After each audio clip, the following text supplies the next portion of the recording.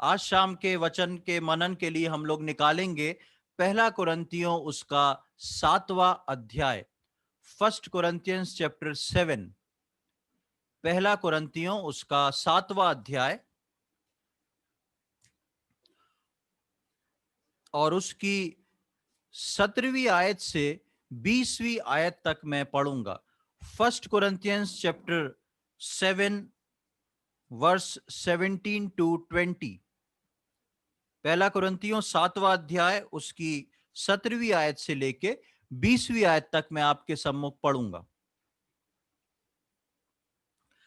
यहां पर इस प्रकार लिखा है, जैसा प्रभु ने हर एक को बांटा है और जैसा परमेश्वर ने हर एक को बुलाया है वैसा ही वो चले। मैं सब कलीसियाओं में ऐसा ही ठहराता हूं। जो खतना किया हुआ बुलाया गया हो वो खतना रहित ना बने, जो खतना रहित बुलाया गया हो वो खतना ना कराए। ना खतना कुछ है और ना खतना रहित, परंतु परमेश्वर की आज्ञाओं को मानना ही सब कुछ है। हर एक जन जिस दशा में बुलाया गया हो उसी में रहे। इसका 23वीं और 24वीं आयत को भी मैं पढ़ूंगा, 23 and 24। तुम दाम देकर मोल लिए गए हो, मनुष्य के दास ना बनो। हे भाइयों, जो कोई जिस दशा में बुलाया गया हो वो उसी में परमेश्वर के साथ रहे। Walk according to your calling. परमेश्वर ने जिस रीति से मुझको और आपको बुलाया है उस रीति से चलना। एक बहुत ही खास विषय हम नए नियम की कलीसिया के लिए देखते हैं, जिसको प्रेरित पौलुस जो है इस बात को बहुत स्पष्ट रूप से बताता है।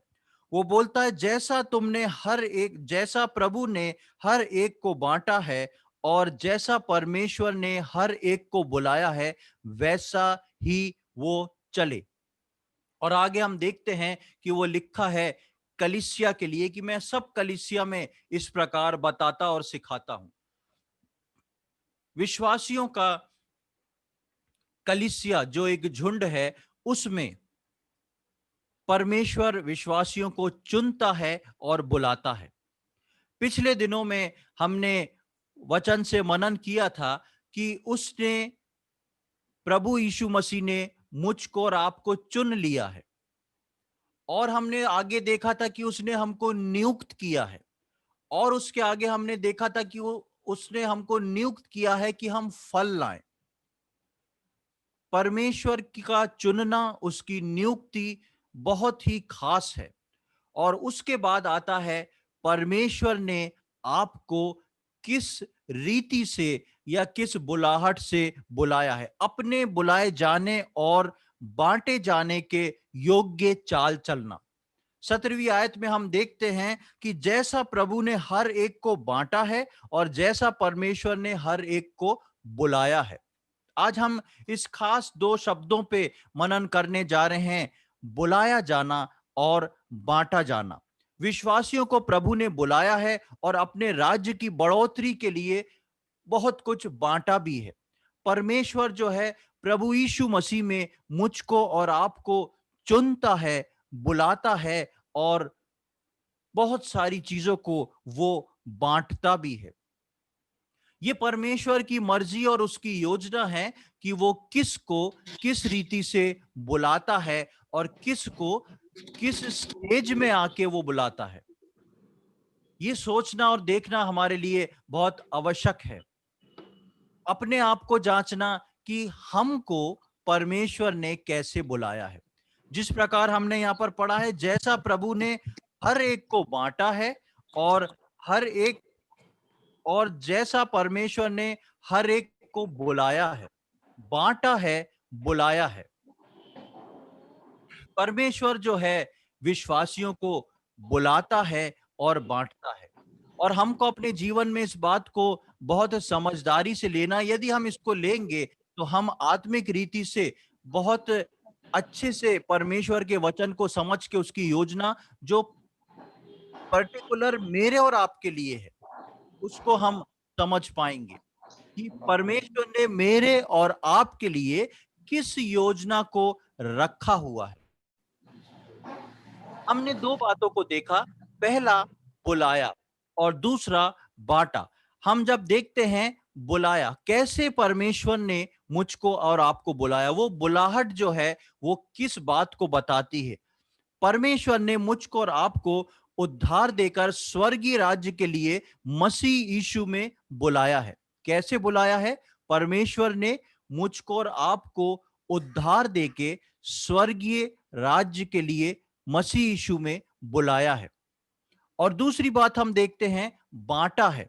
बांटा क्या है? बुलाहट के अनुसार चलने की योग्यता बांटी है। पहला हमने देखा कि कैसे बुलाया है, प्रभु यीशु मसीह में मुझको और आपको उद्धार देके चुन के बुलाया है। और बांटा क्या है? बांटे बांटे जाने का पहला पॉइंट है बुलाहट के अनुसार चलने की योग्यता। जिस बुलाहट से परमेश्वर जब किसी व्यक्ति को बुलाता है तो उसको उस बुलाहट के अनुसार चलने की योग्यता भी देता है। और दूसरी बात बुलाहट के पक्ष में हम देखते हैं कि परमेश्वर के द्वारा जो काम इस पृथ्वी पर करने को दिए हैं उस कार्य को पूरा करने की क्षमता दी है।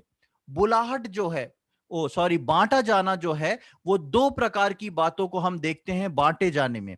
पहली बात, बुलाहट के अनुसार चलने की योग्यता को बांटा है परमेश्वर ने, जिस बुलाहट से मुझको और आपको बुलाया है। अब इस बुलाहट को मैं पहले और क्लियर कर दूं कि ये बुलाहट यानी कि मैं और आप किस स्टेज में परमेश्वर से जाके जुड़ते हैं या मिलते हैं, कैसे परमेश्वर बुलाता है। कई बार लोग बीमारी की अवस्था में रहते हैं और उस बीमारी की अवस्था में जब उनने प्रभु को नहीं जाना, उस बीमारी की अवस्था में कोई ने उनको सुसमाचार सुनाया, पवित्र आत्मा ने उनके हृदय में काम किया, उनने अपने आप को नम्र और दीन किया और उन्होंने प्रभु यीशु मसीह को अपना उद्धारकर्ता के रूप में ग्रहण किया। एक बीमारी की अवस्था में से परमेश्वर ने उनको बुलाया। ऐसे ही हर किसी के जीवन में अलग अलग रीति से सुसमाचार सुनाया जाता है और उनको उनकी रीति के अनुसार, उनको उनकी क्षमता के अनुसार, उनको उनकी स्थिति और परिस्थिति के अनुसार परमेश्वर बुला लेता है अपने समीप, अपने साथ चलने के लिए। यह है परमेश्वर का चुना जाना और परमेश्वर का बुलाया जाना। और बुलाने के साथ साथ परमेश्वर खाली बुलाता नहीं, परमेश्वर जब बुलाता है तो जिस बुलाहट से जिस व्यक्ति को बुलाया है उस बुलाहट में चलने की योग्यता वो प्रदान करता है। और उसके साथ साथ परमेश्वर के द्वारा जो काम इस पृथ्वी पर करने को उस चुने हुए विश्वासी को दिया गया है उसको पूरा करने की क्षमता भी प्रदान करता है। परमेश्वर कभी ऐसा नहीं करता कि उसने मुझको और आपको चुन लिया, चुन के बोला आ जाओ, और उस चुनाव या उस बुलाहट के लिए चलने के लिए क्षमता और योग्यता हमको प्रदान ना करे। लेकिन कई बार विश्वासी अपने जीवन में इस बात को देखते और सोचते हैं और उनको अपने जीवन में दिखाई देता है कि जिस बुलाहट से परमेश्वर ने उन्हें बुलाया है उस बुलाहट से वो चल नहीं पाते। इसका कारण ये नहीं कि परमेश्वर ने आपको दिया नहीं, इसका कारण ये है कि परमेश्वर को अब तक आपने समझा नहीं। परमेश्वर जब बुलाता है तो बुलाने अपनी बुलाहट के साथ साथ वो बांटता भी है, वो देता है हर किसी को उस बुलाहट जिसके लिए परमेश्वर ने उसको बुलाया है उसको चलने की योग्यता। विश्वासी एक ये नहीं कह सकता कि नए जीवन में आने के बाद मेरे लिए चलना बहुत मुश्किल है। आपको जिस रास्ते पे परमेश्वर ने चलने के लिए चुना है, बुलाया है, उसकी योग्यता ऑलरेडी परमेश्वर ने आपके अंदर इनबिल्ट करके रखी है।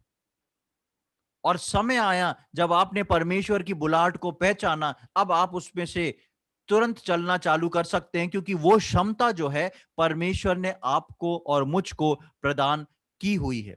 तो हमने दो बातों को सबसे पहले देखा, कैसे बुलाया, हमने देखा उद्धार देकर स्वर्गीय राज के लिए मसीह यीशु में बुलाया, और दूसरा क्या बांटा है, उसके 2 पॉइंट हैं, बुलाहट के अनुसार चलने की योग्यता बांटी है और परमेश्वर के द्वारा जो काम इस पृथ्वी पर करने को दिए हैं, उस कार्य को पूरा करने की क्षमता हमको बांटी है। अब हम आगे चलेंगे। हम अपनी बुलाहट के अनुसार चलें और उसमें कुछ बदलने की कोशिश ना करें, ठीक वैसा ही चलें और उसके अनुसार चलें। सबसे पहले हम इस बात को देखें कि परमेश्वर ने हमको किस तरीके से बुलाया है। कई बार परमेश्वर एक ही सभा में, एक ही मीटिंग में पूरे परिवार को उद्धार दे देता है। अब जब पूरा परिवार उद्धार पा गया, पूरा परिवार बपतिस्मा ले लिया, तो परिवार के लिए संगति करना, मीटिंग जाना बहुत ही आसान हो गया। सारे परिवार का सोच विचार एक हो गया। वैसे ही किसी परिवार में 1 या 2 या 3 या 4 या कुछ भी आधे सदस्य नहीं, ऐसों को परमेश्वर ने बुलाया, तो वहां कई प्रकार की परेशानी विश्वासियों को फेस करना पड़ती है। और कई बार ऐसे में विश्वासियों को इस बात का विचार आता है कि कितना अच्छा होता कि अगर सब विश्वास में होते, कितना अच्छा होता कि इस प्रकार से अगर प्रभु ने बुलाया होता, या कितना अच्छा होता कि प्रभु ने जल्दी जल्दी हमारे बाद बाकी लोगों को भी चुन लिया होता। कई बार हम जहां पर काम करते हैं, हम सोचते हैं कि कितना अच्छा होता कि जहां पर हम काम करते हैं अगर सब विश्वासी होते, कितना अच्छी बातचीत होती, कोई खराबी नहीं होती। लेकिन परमेश्वर का वचन बोलता है कि परमेश्वर के सोच विचार और हमारे सोच विचार में आसमान और जमीन का फर्क है, और परमेश्वर जानता है कि किस व्यक्ति को कब चुनना है और कब बुलाना है। परमेश्वर अपने समय और योजना के अनुसार अपने लोगों को बुलाता है, बुलाहट देता है और बांटता भी है। कई बार परमेश्वर ऐसा भी करता है कि बहुत से लोगों को बुलाहट देता है, लेकिन वो उस बुलाहट पर चल नहीं पाते, क्योंकि उनके लिए संसार और सांसारिकता बहुत प्यारा होता है। उस परमेश्वर की गहराइयों को नहीं समझ पाते, इसलिए उनका उस बुलाहट में आना मुश्किल होता है। लेकिन परमेश्वर जो है, आज अपनी कलीसिया को, उन बुलाए हुए बपतिस्मा लिए हुए विश्वासियों को बोलता है कि हम अपनी बुलाहट के अनुसार चलें, उसमें कुछ बदलने की कोशिश ना करें। हम ऐसा ना सोचें कि ऐसा कुछ कर सकते हैं तो ये ठीक हो जाए। हम अपनी कोशिश को उसके अंदर ना लाएं, क्योंकि परमेश्वर जो है सब बातों को जानता है और अपने लोगों को वो बताता है। हम एक आयत को देखेंगे, पहला कुरिन्थियों के दूसरे अध्याय में, फर्स्ट कोरिन्थियंस चैप्टर 2 वर्स 12, पहला कुरिन्थियों दूसरा अध्याय और उसकी 12वीं आयत। परंतु हमने संसार की आत्मा नहीं, परंतु वो आत्मा पाया है जो परमेश्वर की ओर से है, कि हम उन बातों को जाने जो परमेश्वर ने हमें दी हैं। बुलाए जाने वाला व्यक्ति जो होता है, जिसको परमेश्वर चुन के अपने समीप बुलाता है, जिसको परमेश्वर उद्धार के अनुभव में प्रभु यीशु मसीह में बुलाता है, उसको परमेश्वर बांटे जाने के साथ साथ पवित्र आत्मा भी देता है। इसलिए यहां पर कुरंत की कलीसिया को पौलुस लिखता है कि परंतु हम में संसार का आत्मा नहीं, परंतु वो आत्मा पाया है जो परमेश्वर की ओर से है, कि हम उन बातों को जाने जो परमेश्वर ने हमें दी हैं, परमेश्वर ने हमको बुला के दी हैं। और परमेश्वर ने मुझको और आपको बुला के अपना पवित्र आत्मा दिया है, और इसलिए नहीं दिया कि हम अपने सोच विचार के अनुसार चलें, लेकिन परमेश्वर ने अपना पवित्र आत्मा इसलिए दिया है कि परमेश्वर की इच्छा और योजना को समझते हुए हम उस बुलाहट में, जिसके लिए हम बुलाए गए हैं, उसके अनुसार चाल को चलें, जिस बुलाहट के लिए मैं और आप बुलाए गए हैं। बुलाए हुओं के लिए परमेश्वर की ओर से उनका मार्ग भी निर्धारित रहता है। हम देखते हैं कि जिनको परमेश्वर बुलाता है, जिस प्रकार हमने पहला कुरिन्थियों उसके 7:17 में पढ़ा कि बुलाए गए और उनको बांटा गया। फिर से मैं उसको आपके सम्मुख पढ़ूंगा। जैसा प्रभु ने हर एक को बांटा है और जैसा परमेश्वर ने हर एक को बुलाया है। दूसरी मुख्य बात को मैं आपके सम्मुख रखने जा रहा हूं। परमेश्वर जब किसी को चुनता है, परमेश्वर जब किसी को बुलाता है, अपनी बुलाहट को देता है, अपने पीछे आने का मौका देता है, उसको उद्धार देता है, पवित्र आत्मा देता है। और जैसा मैंने पहला कुरिन्थियों के दूसरे अध्याय की 12वीं आयत में पढ़ा कि हम में वो आत्मा है कि हम परमेश्वर की बातों को जान सकें। इसलिए परमेश्वर अपने बुलाए हुए लोगों के रास्ते को भी निर्धारित करता है। बहुत ही इंपॉर्टेंट बात ये आपके सम्मुख रख रहा हूं। परमेश्वर अपने बुलाए हुए लोगों के रास्ते को निर्धारित करके रखता है। और जब एक विश्वासी उस रास्ते पे नहीं चलता, जब एक विश्वासी थोड़ा अपनी समझ से और थोड़ा प्रभु की बात के ऐसे रास्ते पे चलता है, तो वो हमेशा ठोकर खाता है। और ठोकर खाकर वो सोचता है कि परमेश्वर ने मेरे को जिस रास्ते में रखा है, इसमें कभी तो मैं बहुत प्रफुल्लित हो जाता हूं, कभी तो मैं बहुत खुश हो जाता हूं, और कभी मेरे को ठोकर खाना पड़ती है। उसका कारण ये होता है कि परमेश्वर ने अपने बुलाए हुओं के लिए रास्ते को निर्धारित कर रखा है।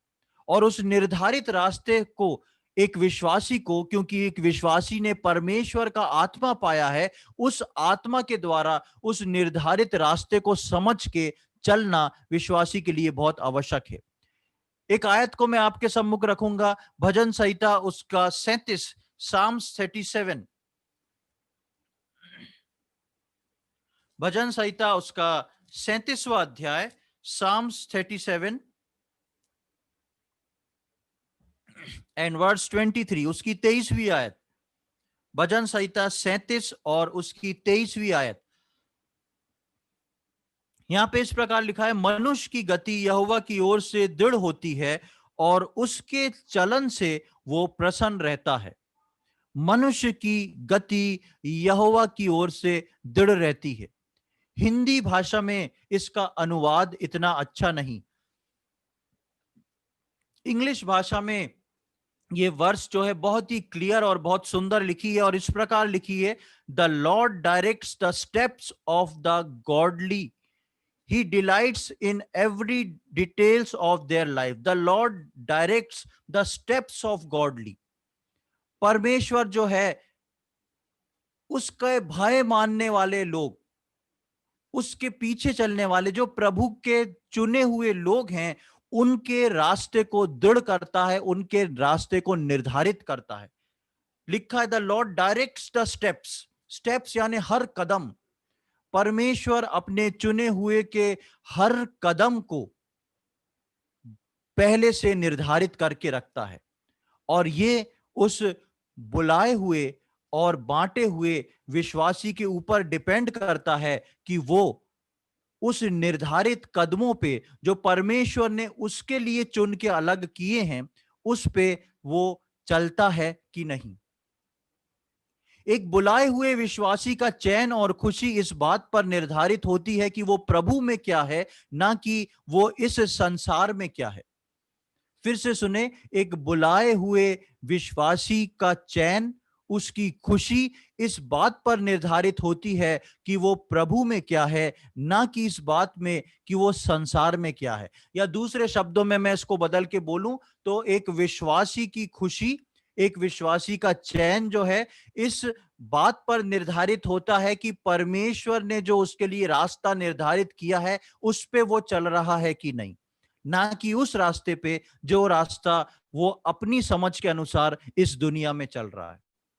और इसी कारण से बहुत से विश्वासी जो हैं, आज विश्वास में होने के बावजूद भी अपने जीवन के कई अलग अलग जगहों पे निराशा का सामना करते हैं, क्योंकि वो इस बात को भूल जाते हैं, हम परमेश्वर के द्वारा चुने हुए हैं, हम परमेश्वर के द्वारा नियुक्त किए गए हैं, हम परमेश्वर के द्वारा बुलाए गए हैं, और उस बुलाए जाने के लिए परमेश्वर के द्वारा कुछ खास बातों के लिए हम हमारे अंदर बांटी गई हैं, और हमारा रास्ता जो है वो परमेश्वर की ओर से निर्धारित है।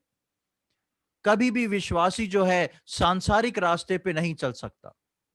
यदि वो विश्वास में आने के बाद सांसारिक रास्ते पे चलता है, तो पहली बात तो वो विश्वास में नहीं है, और दूसरी बात वो कभी भी अपनी बुलाहट को समझ के आगे नहीं बढ़ सकता, क्योंकि बुलाए हुए व्यक्ति के लिए वो जगह निर्धारित है।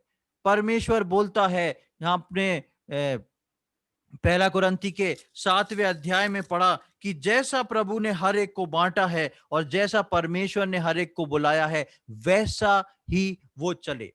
जिस दशा में मैं और आप उस पाप के ढेर में से निकाले गए हैं, परमेश्वर हमारे परिवार की सारी सिचुएशंस को जानने वाला परमेश्वर है। परमेश्वर जो है हमारी सारी दूसरी बातों को जानने वाला परमेश्वर है। लेकिन परमेश्वर चाहता है कि उसके बुलाए हुए लोग जो हैं वो परमेश्वर के उस चुने हुए मार्ग को जानने वाले बने, क्योंकि परमेश्वर ने अपने लोगों के लिए रास्ते को निर्धारित कर रखा है, और परमेश्वर चाहता है कि विश्वासी लोग उस रास्ते पे आगे बढ़ें। संसार और परमेश्वर दोनों के रास्ते पे हम एक साथ कभी भी आगे नहीं बढ़ सकते। हम पहले कोरिन्थियों के 7वें अध्याय की 23वीं 24वीं आयत को मैं आपके सम्मुख पढ़ने जा रहा हूं।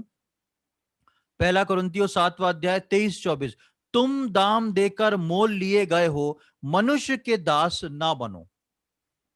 हे भाइयों, जो कोई जिस दशा में बुलाया गया हो वो उसी में परमेश्वर के साथ रहे। परमेश्वर की बुलाहट में उसके साथ रहना। जब 17वीं आयत से पौलुस इस बात को शुरू करता है अपने बुलाए जाने और अपने बांटे जाने पर, और 23वीं 24वीं आयत में उसको वो और क्लियर करता है कि ये बुलाया जाना जो है कैसे हुआ। उसको वो बोलता, तुम दाम देकर मोल लिए गए हो। फ्री में तुमको नहीं बुलाया, परमेश्वर के इकलौते पुत्र ने अपने जीवन को कुर्बान किया है। वो लहूलुहान हुआ, उसने मेरे और आपके पापों की सजा को कलवरी क्रूस पर उठाया, और उसका एक भारी कीमत प्रभु ने मेरे और आपके लिए अदा की है। वो है हमारे उद्धार का दाम। बेशक वो हमको निशुल्क मिला है, मुफ्त मिला है, लेकिन वो सस्ता नहीं है। तुम दाम देकर मोल लिए गए हो, मनुष्य के दास ना बनो। मनुष्य के दास ये शब्द यहां पर क्यों इस्तेमाल हुआ है? जब विश्वासी जो है उद्धार में आता है, अपनी बुलाहट को पहचानता है, और जिस प्रकार हमने परमेश्वर के वचन में देखा कि परमेश्वर ने उसके कार्यों को निर्धारित कर रखा है और उसके रास्ते को भी निर्धारित कर रखा है। उसके हर कदम जो हैं, बुलाए हुए व्यक्ति के हर कदम को निर्धारित कर रखा है, और इफिसियों 2:10 के अनुसार उसने हमारे कार्यों को भी निर्धारित कर रखा है। और उसके साथ साथ उसने हमको बांटा क्या है, जो मैंने शुरू में बताया, उसने हमको इस बुलाहट के अनुसार चलने को और उन कार्य करने को, क्षमता को बांटा है। एक क्षमता को प्रदान किया है, योग्यता प्रदान की है कि हम अपनी बुलाहट के अनुसार चल सकें, अपनी बुलाहट के अनुसार जिन कार्यों को परमेश्वर ने हमारे लिए ठहराया है उनको हम पूरा कर सकें। एक विश्वासी कभी ये नहीं कह सकता कि परमेश्वर ने मेरे सामने जो चीज रखी है ये मेरे बस से बाहर है। परमेश्वर ने पहले मेरे और आपके कार्यों को निर्धारित किया, उसके बाद मेरे को आपको बुलाया और मेरे को आपको बांटा। उसने सब चीज जो है मुझको आपको दे के रखी है, और इसलिए परमेश्वर चाहता है कि कलीसिया के लोग अपनी बुलाहट को पहचाने।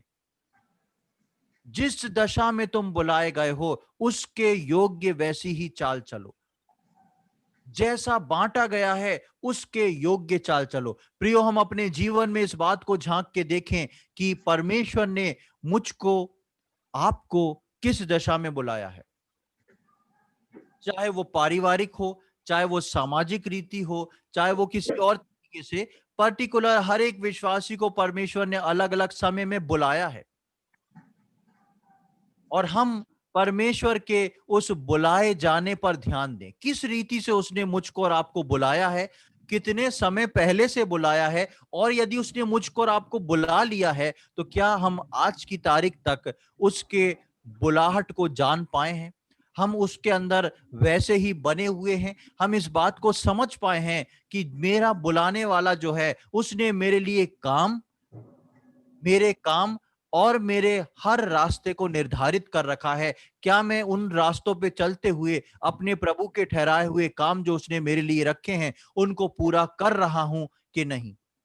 परमेश्वर के वचन में हम ऐसे दो बहुत बड़े गवाहों को देखते हैं जिन्होंने अद्भुत काम अपनी बुलाहट के अनुसार किया और उससे हमको एक बहुत बड़ी सीख मिलती। उसको मैं आपके सम्मुख रखूंगा। हम लोग सबसे पहले निकालेंगे दानियल नबी की किताब, बुक ऑफ डैनियल। दानियल नबी की किताब, उसका पहला अध्याय।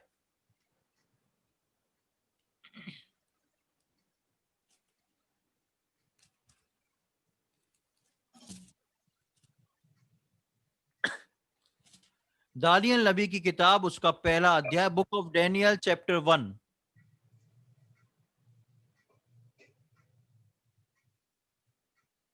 और पिछले दिनों में दानियल के बारे में हमने काफी पढ़ा है, तो मैं उतना डिटेल में नहीं बताऊंगा। लेकिन हम देखते हैं कि दानियल नबी की किताब की पहले अध्याय की पहली 4 आयतों को मैं आपके सम्मुख पढ़ूंगा, जिसमें हमको एक आउटर लाइन मिल जाएगी, एक इंट्रोडक्शन मिल जाएगा। दानियल नबी की किताब, उसका पहला अध्याय और उसकी पहली 4 आयतों को मैं आपके सम्मुख पढ़ूंगा। यहूदा के राजा यहोयाकीम के राज्य के तीसरे वर्ष में बेबीलोन के राजा नबूकदनेस्सर ने यरूशलेम पर चढ़ाई करके उसको घेर लिया। तब परमेश्वर ने यहूदा के राजा यहोयाकीम कीम को परमेश्वर के भवन के कई पात्रों सहित उसके हाथ में कर दिया, और उसने उन पात्रों को शिनार देश में अपने देवता के मंदिर में ले जाकर अपने देवता के भंडार में रख दिया। तब उस राजा ने अपने खोजों के प्रधान अश्पनज को आज्ञा दी कि इजरायली राजपुत्रों और प्रतिष्ठित पुरुषों में से ऐसे कई जवान को ला, जो निर्दोष, सुंदर और सब प्रकार की बुद्धि में प्रवीण और ज्ञान में निपुण और विद्वान और राजमंदिर में हाजिर रहने के योग्य हों, और उन्हें कसदियों के शास्त्र और भाषा की शिक्षा दे।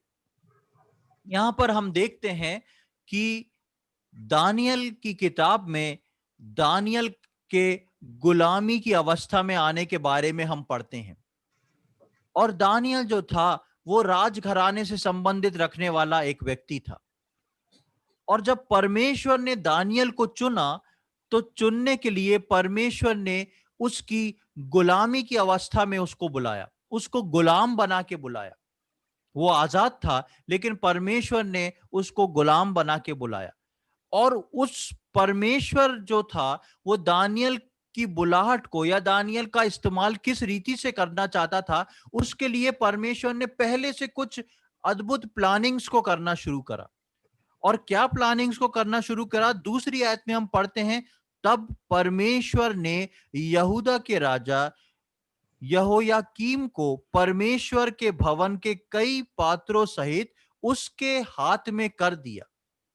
एक दूसरा राजा यहूदा जो परमेश्वर का जन है, उनके ऊपर चढ़ाई कर रहा है, एक अन्य जाति राजा। और लिखा है परमेश्वर ने उनको उसके हाथ में कर दिया। परमेश्वर ने ऐसा होने दिया। परमेश्वर ने ऐसा होने दिया। और जब ऐसा हुआ तो वो राजा नबूकदनेस्सर वहां से बहुत सारे लोगों को, जो राजघराने के थे, जो अच्छे लोग थे, जो जो अच्छे घरानों से थे, नोबल फैमिली से थे, उनमें से जवानों को वो गुलाम बना के ले गया। दानियल की चुनाव की प्रक्रिया जो थी वहां से शुरू हो जाती है, और इसके अंदर परमेश्वर ने अलाउ किया। परमेश्वर ने वहां के राज्य को एक अन्य जाति के राज्य में जाने दिया। और जाने देने के कारण जो था, उसके परिणाम स्वरूप जो था, वो दानियल जो था वो गुलामी की अवस्था में चला गया।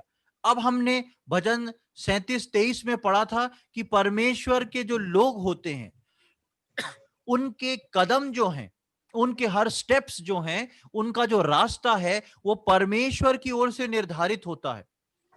दानियल का गुलामी में जाने से पहले से परमेश्वर जानता था कि ये अन्य जाति के राजा को परमेश्वर ने अलाउ किया कि उसकी जाति के लोगों पे चढ़ाई करे, उनको अपने कब्जे में ले ले। और दानियल जो था, जो परमेश्वर का भय मानने वाला था, वो वहां से निकल के गुलामी की अवस्था में आ जाए। परमेश्वर ने दानियल के रास्ते को निर्धारित कर रखा था। दानियल ये बात भी कह सकता था कि परमेश्वर मेरे को मेरी आजादी में, मेरे ही देश में इस्तेमाल करता तो अद्भुत काम था। लेकिन ये परमेश्वर जानता है कि कौन व्यक्ति उसके लिए किन कामों के द्वारा और किस तरीके से उपयुक्त बन सकता है।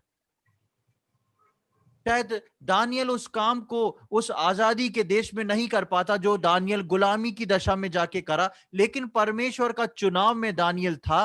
परमेश्वर ने उसके कदमों को निर्धारित किया और परमेश्वर को यह भाया कि परमेश्वर दानियल से अपने कार्य को करवाए गुलामी में, जबकि वह आजादी में भी करा सकता था।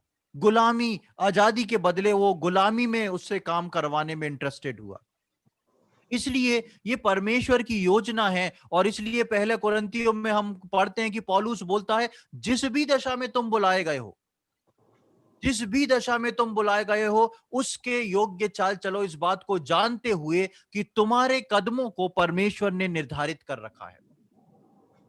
दानियल के कदमों को परमेश्वर ने गुलामी के लिए निर्धारित कर रखा था और दानियल खुशी से उसके लिए जाता है। दानियल को चुना और उससे पहले उसका मार्ग परमेश्वर ने निर्धारित करा। परमेश्वर को यह भाया कि वो दानियल को स्वतंत्रता से ज्यादा गुलामी में इस्तेमाल करे। इसी प्रकार परमेश्वर मेरे को और आपको चुनता है और ये निर्धारित करता है कि हम किस परिवार में, किस जगह पे, किस स्थान पे, चाहे हम बिजनेस कर रहे हो, चाहे हम नौकरी कर रहे हो, और किस कलीसिया में परमेश्वर चुन के अलग करता है और हमारे कदमों को निर्धारित करता है। और परमेश्वर चाहता है कि एक विश्वासी उन कदमों के बारे में सीखे, उन कदमों के बारे में जाने कि परमेश्वर ने मुझको यहां पे, इस स्थान पे क्यों रखा है।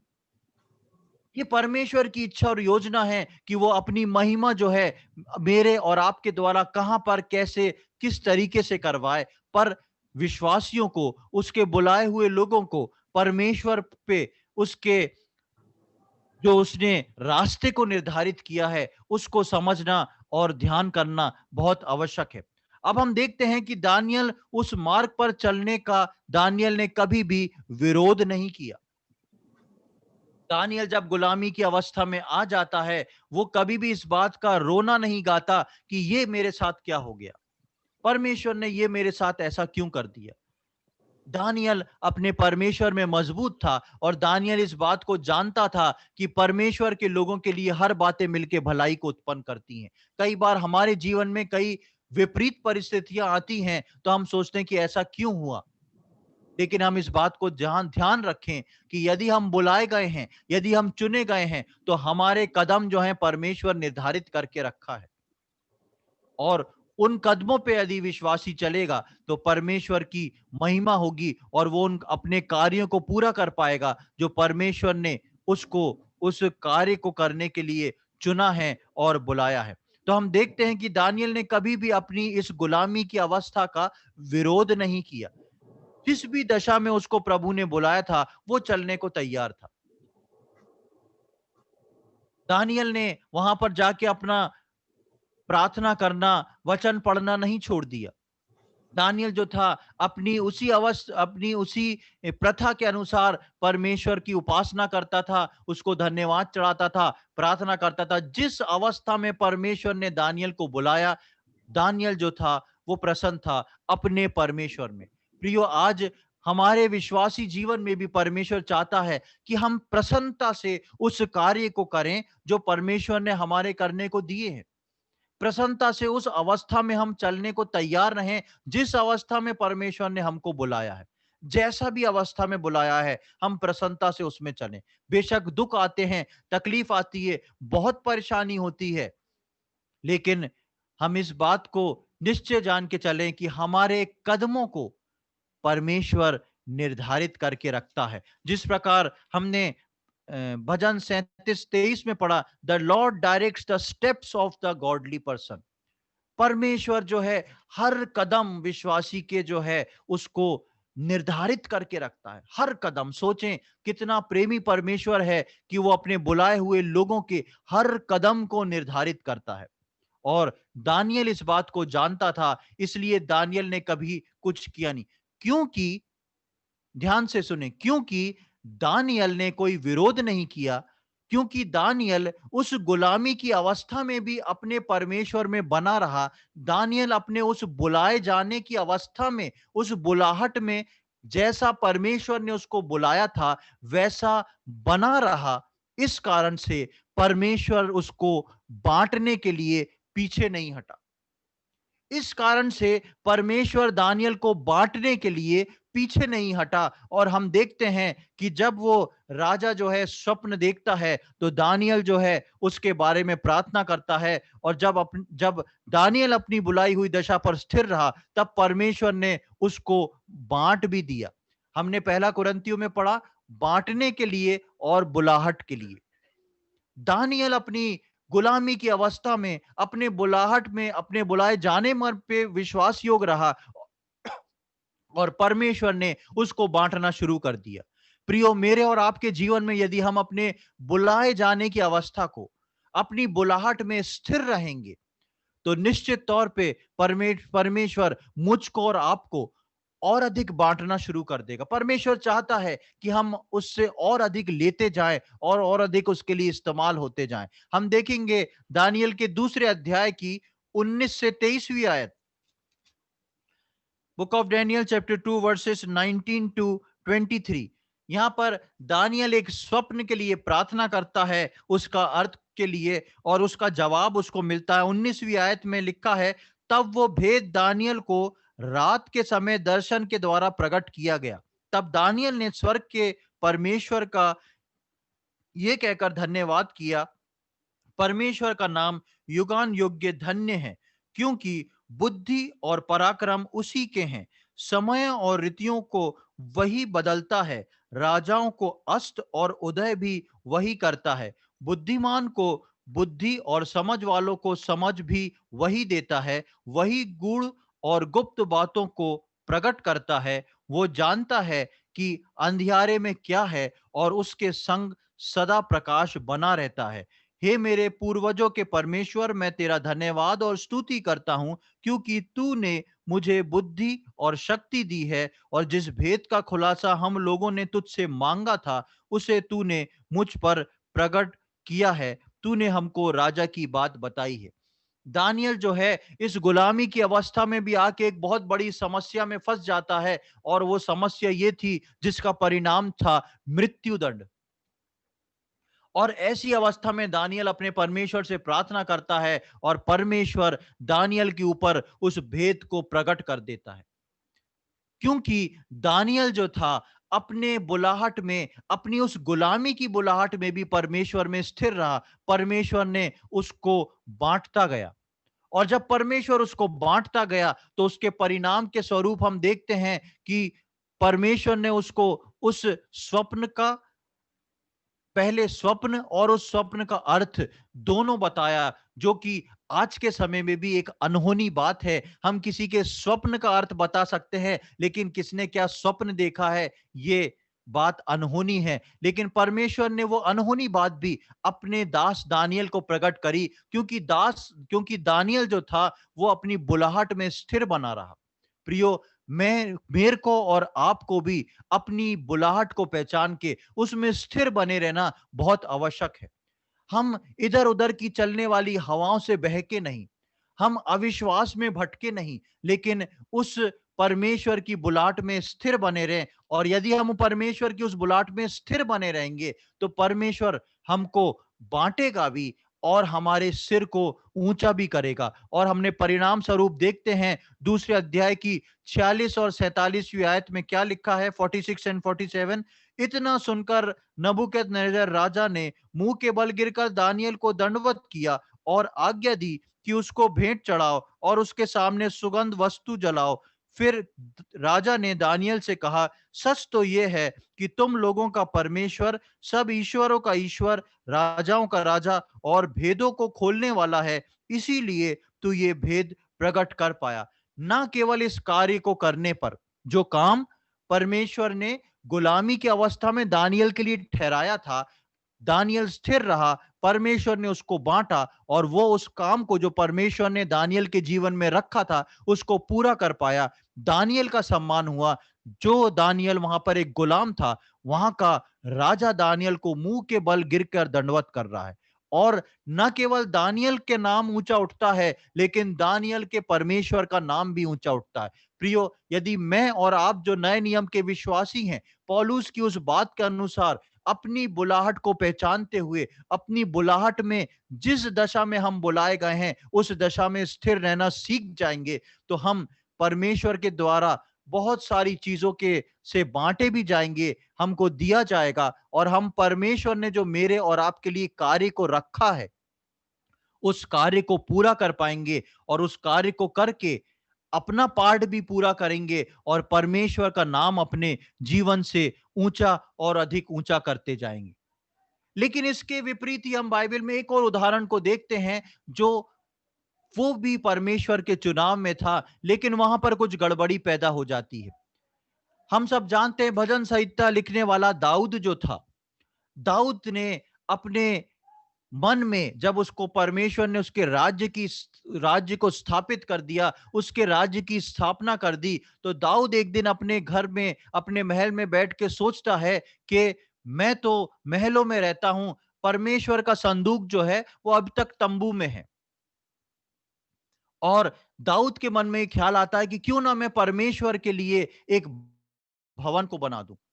और जब वो दाऊद ऐसी बात को सोचता है, तो परमेश्वर उसके उस ख्याल को इंटरफेयर करता है और कुछ बात को बताता है। हम देखेंगे दूसरा सामुएल उसका 7वां अध्याय, सेकंड सैमुअल चैप्टर 7, पुराने नियम में दूसरा सैमुअल उसका 7वां अध्याय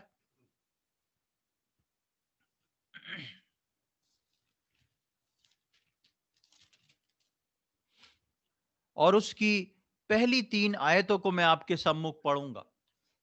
second Samuel chapter 7 verse 1 to 3, page number 378 पे आपको मिल जाएगा पुराने नियम में, पुरानी हिंदी बाइबल में। यहाँ पर 7वें अध्याय की पहली 3 आयत में इस प्रकार लिखा है, जब राजा अपने भवन में रहता था और यहोवा ने उसको उसके चारों ओर के सब शत्रुओं से विश्राम दिया था, तब राजा नातान नामक भविष्यवक्ता से कहने लगा, देख, मैं तो देवदारू के बने हुए घर में रहता हूं, परंतु परमेश्वर का संदूक तंबू में रहता है। नातान ने राजा से कहा, जो कुछ तेरे मन में हो उसे कर, क्योंकि यहोवा तेरे साथ है। एक दिन ऐसे ही दाऊद को ख्याल आया कि परमेश्वर ने मेरे लिए सब कुछ किया है, और आज जो मैं एक चरवाहा था, आज मैं एक महल में हूं, लेकिन परमेश्वर का वाचा का संदूक जो है अब तक इधर से उधर जो है तंबुओं में घूमता है, क्यों ना मैं परमेश्वर के वाचा के संदूक के लिए भी एक भवन बनाऊं। ऐसा ख्याल दाऊद को आया, और वहां पर जो नातान नबी था, जब दाऊद अपने इस बात को शेयर करता है नातान से, तो नातान बोलता है, परमेश्वर तुम्हारे साथ है, जैसा तुम्हें ठीक लगे वैसा तुम करो। लेकिन तुरंत जो है परमेश्वर नातान से बात करता है, और नातान दाऊद को जाके इस बात को बताता है। हम इसकी 12वीं और 13वीं आयत को मैं पढ़ूंगा। 7वें अध्याय की 12वीं और 13वीं आयत, परमेश्वर जो है उसको भवन बनाने से मना करता है। और क्यों मना करता है और क्या बोलता है, 7वें अध्याय की 12वीं आयत से मैं पढ़ रहा हूं। जब तेरी आयु पूरी हो जाएगी, ये परमेश्वर दाऊद से बोल रहा है, जब तेरी आयु पूरी हो जाएगी और तू अपने पुरखाओं के संग सो जाएगा, तब मैं तेरे निज वंश को तेरे पीछे खड़ा करके उसके राज्य को स्थिर करूंगा। मेरे नाम का घर वही बनाएगा, और मैं उसकी राजगद्दी को सदैव स्थिर करूंगा। यहां पर परमेश्वर दाऊद के उस विचार को रोकता है, और परमेश्वर दाऊद को बोलता है कि तू मेरे लिए घर को नहीं बनाएगा, तू मेरे लिए भवन को नहीं बनाएगा, पर मैंने चुन लिया है कि मैं तेरे निज पुत्र से इस काम को करवाऊंगा। और परमेश्वर इस बात को बोलता है कि ये काम जो मेरा भवन बनाने का है, वो तेरा पुत्र करेगा, और मैं उसके राज्य को भी स्थिर रखूंगा। और इस प्रकार से परमेश्वर जो है उसको उसके लिए बोल देता है।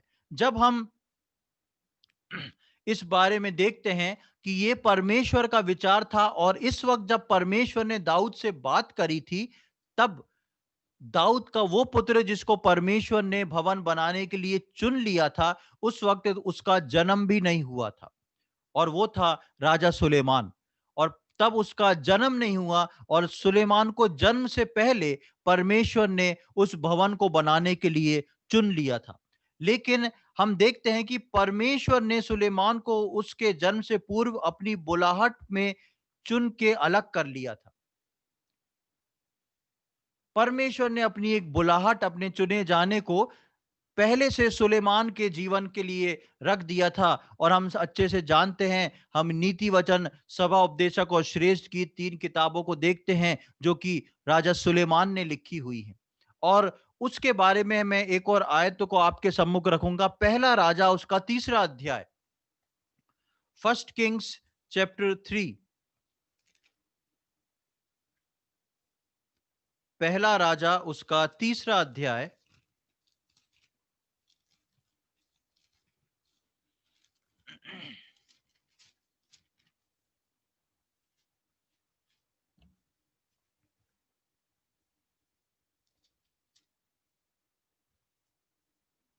और इसकी मैं 12वीं आयत से लेके 14वीं आयत तक पढ़ूंगा। यहां पर जो है, सुलेमान का जन्म हो चुका है, सुलेमान राजा बन चुका है, जिसके लिए परमेश्वर ने दाऊद दाऊद से प्रतिज्ञा कर ली थी, उसको बोल दिया था कि ये मेरा भवन बनाएगा।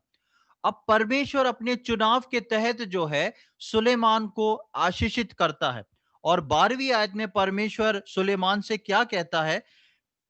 3 का 12, पहला राजा 3 का 12, मैं तेरे वचन के अनुसार करता हूं, तुझे बुद्धि और विवेक से भरा मन देता हूं, यहां तक कि म, तेरे समान ना तो तुझसे पहले कोई कभी हुआ और ना बाद में कोई कभी होगा।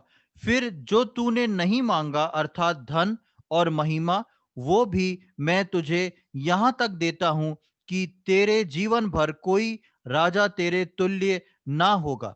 फिर यदि तू अपने पिता दाऊद के समान मेरे मार्गों में चलता हुआ मेरी विधियों और आज्ञाओं को मानता रहेगा, तो मैं तेरी आयु को बढ़ाऊंगा।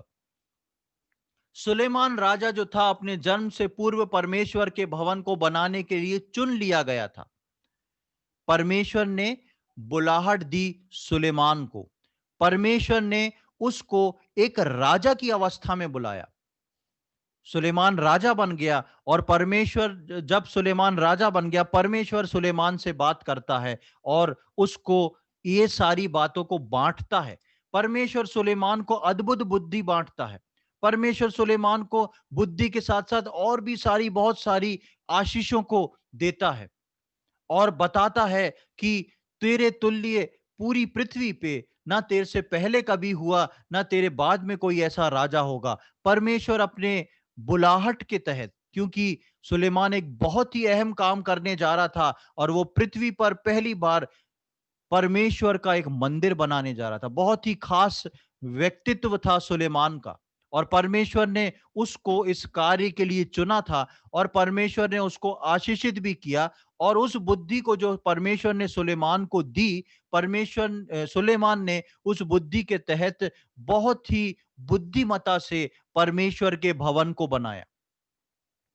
लेकिन परमेश्वर के भवन को बनाने के बाद कुछ बात और घटी।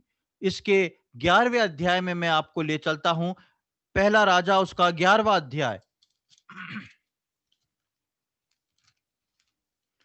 पहला राजा उसका 11वां अध्याय और उसकी 4थी आयत को मैं पहले आपके सम्मुख पढ़ूंगा। यहां पे इस प्रकार लिखा है, अतः जब सुलेमान बूढ़ा हुआ, तब उसकी स्त्रियों ने उसका मन पराए देवता की ओर बहका दिया, और उसका मन अपने पिता दाऊद के समान अपने परमेश्वर यहोवा पर पूरी रीति से लगा ना रहा। यह पहला पॉइंट है। सुलेमान को परमेश्वर ने अद्भुत बुद्धि दी, सुलेमान को परमेश्वर ने बुलाहट दी, और उस बुलाहट के तहत सुलेमान उस कार्य को कर सके, जो मंदिर बनाना था उसको बना सके, उसके लिए परमेश्वर ने उसको अद्भुत बुद्धि से नवाजा, उसको अद्भुत बुद्धि दी। और परमेश्वर ने उसको उसकी बुलाहट के तहत बुद्धि दी, और बुद्धि दी ताकि वो उस कार्य को जो परमेश्वर ने उसके लिए ठहराया है उसको वो कर सके। और सुलेमान ने बखूबी से उस कार्य को कर भी लिया। लेकिन उसके बाद हम पढ़ते हैं कि आगे क्या होता है कि उसकी स्त्रियां जो थी, उसने बहुत सारी अन्य जाति स्त्रियों से विवाह कर लिया था, और बुढ़ापे की अवस्था में आते आते उन्होंने उसका ध्यान जो है अलग अलग देवी देवताओं के ऊपर लगा दिया। और लिखा है, यहां पर एक बात को ध्यान करें, बहुत इंपॉर्टेंट है, चौथे आयत की आखिरी लाइन को देखें, यहोवा पर पूरी रीति से लगा ना रहा। अपने पिता के समान यहोवा पे उसका मन पूरी रीति से ना लगा रहा। ये मतलब नहीं कि सुलेमान परमेश्वर को छोड़ चुका था, ऐसा नहीं था। सुलेमान बहुत बुद्धिमान था, परमेश्वर को जानता था, परमेश्वर को आदर देता था, परमेश्वर के पीछे चलता था, लेकिन साथ-साथ पूरे मन से लगा नहीं रहा। क्यों नहीं लगा रहा? क्योंकि उसका मन भटक चुका था। इस बात से कभी भी कॉन्फिडेंट ना रहें कि आप और मैं बहुत बुद्धिमान हैं और शैतान मुझको और आपको गिरा नहीं सकता। जैसा मैंने शुरू में बताया कि परमेश्वर की बुलाहट के अनुसार चलते हैं, तो कई बार हम जब इस बात को नहीं जानते कि परमेश्वर ने हमारे हर कदम को निर्धारित कर रखा है, तो कई बार हमारे कदम जो हैं भटकते हैं। और हम कुछ कदम परमेश्वर की ओर, कुछ कदम अपनी मर्जी की ओर चढ़ते हैं और सोचते हैं कि सब सेटल हो जाएगा, लेकिन ऐसा कुछ नहीं होता। इस संसार का सबसे बुद्धिमान व्यक्ति जो था वो भटक गया, और उसके लिए लिखा है कि उसका मन अपने पिता दाऊद के समान अपने परमेश्वर यहोवा पर पूरी रीति से लगा ना रहा। मतलब कुछ रीति से लगा था, उसने छोड़ नहीं दिया था। आधी रीति परमेश्वर की, आधी रीति संसार की। और उसका परिणाम हम देखते हैं क्या हुआ। इसी अध्याय की 9, 10 और 11वीं आयत को मैं आपके सम्मुख पढ़ूंगा। अध्याय 11, 9, 10, 11 आयत उसकी। लिखा है, तब यहोवा ने सुलेमान पर क्रोध किया, क्योंकि उसका मन इज़राइल के परमेश्वर यहोवा से फिर गया था। अब इस बात को ध्यान रखें, पहले आधी रीति से था, अब फिर चुका है। किस रीति से सुलेमान वहां से यहां पहुंच गया, सुलेमान भी खुद नहीं जान पाया। और लिखा है कि उसका मन इज़राइल के परमेश्वर यहोवा से फिर गया था, जिसने 2 बार उसको दर्शन दिया था, और उसने इसी बात के विषय में आज्ञा दी थी कि पराये देवताओं के पीछे ना हो लेना, तो भी उसने यहोवा की आज्ञा ना मानी। इसलिए यहोवा ने सुलेमान से कहा, तुझसे जो ऐसा काम हुआ है और मेरी बांधी हुई वाचा और दी हुई विधि तूने पूरी रीति पूरी नहीं की, इस कारण मैं राज्य को निश्चय तुझ पर से छीन कर तेरे एक कर्मचारी को दे दूंगा। और यहां पर हम देखते हैं कि परमेश्वर सुलेमान के ऊपर से अपने हाथ को उठा लेता है, और सुलेमान जो है उससे राज्य चला जाता है। और सुलेमान सब कुछ पाके भी, इतनी बुद्धि पाके भी, यहां तक कि संसार में अब तक उससे जैसा बुद्धिमान नहीं हुआ, उतनी बुद्धि पाने के बाद भी अपनी बुलाहट में स्थिर ना होने के कारण सुलेमान जो है उस मार्ग से हटा दिया गया। अब प्रियो, परमेश्वर के विचार को देखें। परमेश्वर ने राज्य घराने के एक व्यक्ति को गुलामी की अवस्था में बुला लिया, और एक व्यक्ति को जो राजा था उसको चुना। ये परमेश्वर की इच्छा है कि किसको वो किस अवस्था में चुने। परमेश्वर ने दानियल को गुलामी की अवस्था में चुना, परमेश्वर ने सुलेमान को राजा की अवस्था में चुना, परमेश्वर ने दाऊद को एक चरवाहे की अवस्था में चुना।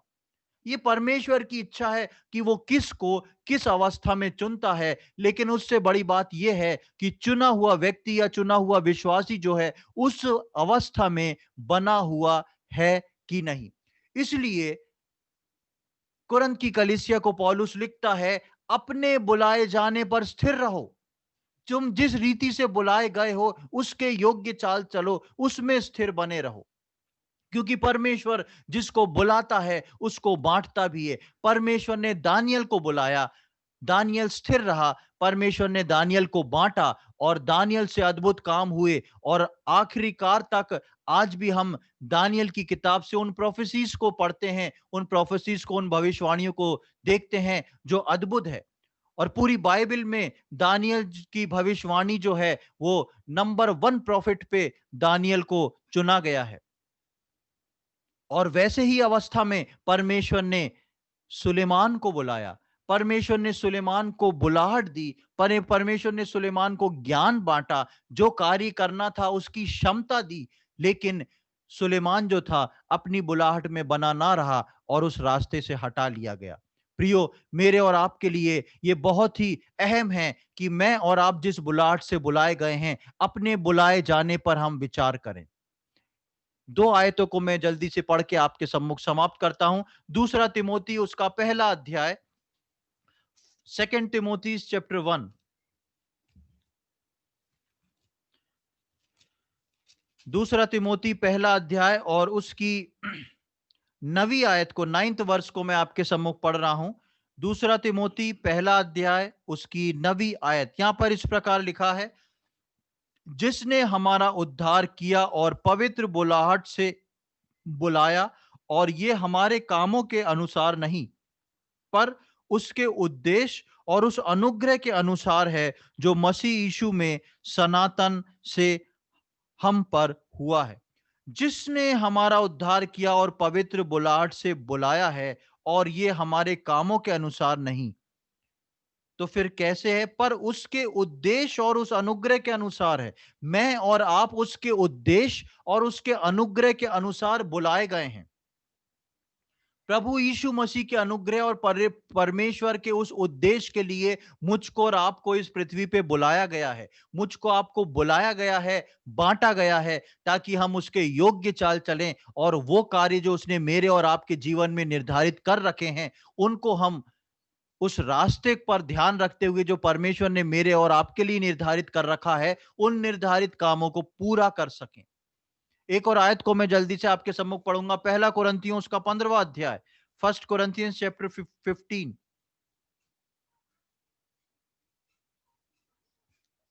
पहला कुरिन्थियों उसका 15वां अध्याय और उसकी 58 वर्ष, 98वीं आयत, 58 वर्ष, पहला कुरिन्थी 15:58, यहां पर इस प्रकार लिखा है, इसलिए हे मेरे प्रियो भाइयों, दृढ़ और अटल रहो और प्रभु के कामों में सर्वदा बढ़ते जाओ, क्योंकि ये जानते हो कि तुम्हारा परिश्रम प्रभु में व्यर्थ नहीं है। दृढ़ और अटल रहो, किस में दृढ़ और अटल रहो? अपनी बुलाहट में अटल रहो, अपनी बुलाहट में दृढ़ रहो। प्रियो, मुझको और आपको अपनी बुलाहट में, अपने बांटे जाने में अटल रहना है। इसलिए पहला कुरिन्थी के 7:17 में पौलुस लिखता है कि परमेश्वर ने जैसा जिसको बांटा है, जैसा जिसको बुलाया है, वो उसके योग्य चाल चले। मैं और आप परमेश्वर के बुलाए हुए लोग हैं। मैं और आप परमेश्वर के द्वारा बहुत सारी चीजों के बांटे गए लोग हैं। मैं और आप दानियल और सुलेमान के साथ समान बुलाए गए लोग हैं। लेकिन हम इस बात को विचार करके रखें कि हमारा परिणाम जो है वो दानियल के समान हो, सुलेमान के समान ना हो। हम अपनी बुलाहट को पकड़े रहें, हम अपने उस बुलाहट के अनुसार चलते रहें, अपनी उस बुलाहट के अनुसार परमेश्वर के विचारों को लेते हुए अपने जीवन में उन कामों को पूरा करते रहें। परमेश्वर इन बातों को समझने में हम में से प्रत्येक की सहायता करे। परमेश्वर के नाम की महिमा हो।